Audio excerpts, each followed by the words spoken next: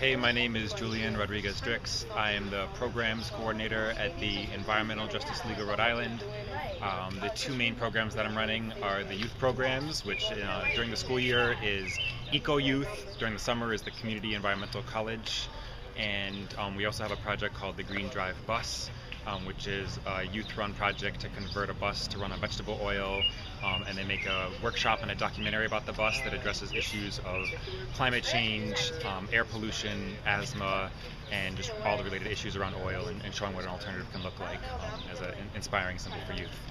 I basically want it to be a inspiring symbol for youth everywhere to not dream too small because big bus. Once the bus is fully converted, we want it to be a mobile educational unit for everyone.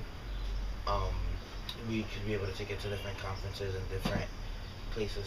Basically, we got started with this community environmental classes last summer, doing class for environmental justice and food justice, and then we went on to do a community organizing class where we all got really inspired to just start something of our own, and that's where Ecoyouth came up.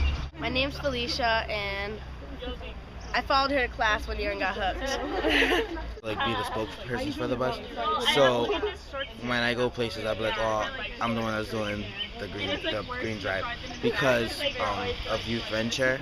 Since it was my venture, I have to take charge of it and be able to.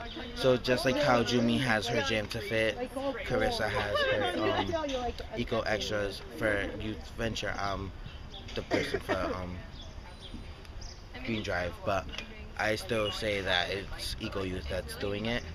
It's an inspiring symbol for youth everywhere, just to get together and do things to help the environment and to really think about the things that people are doing that are affecting our environment, that's making it worse and unhealthy, and there's things that we could do to change it, and this is one of the things.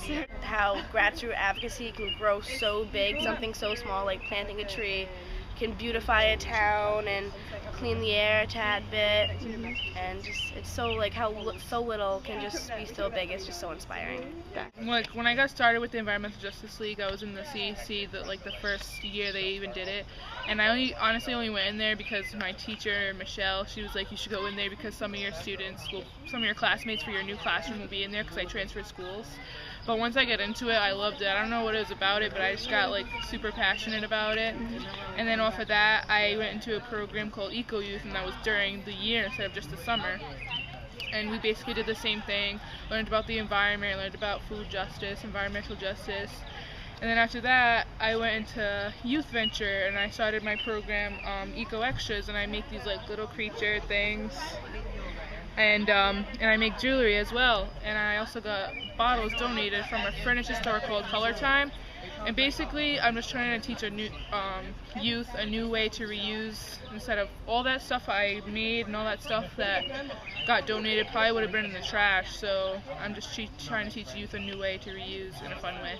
The Environmental Justice League has a massive staff of 2, including myself.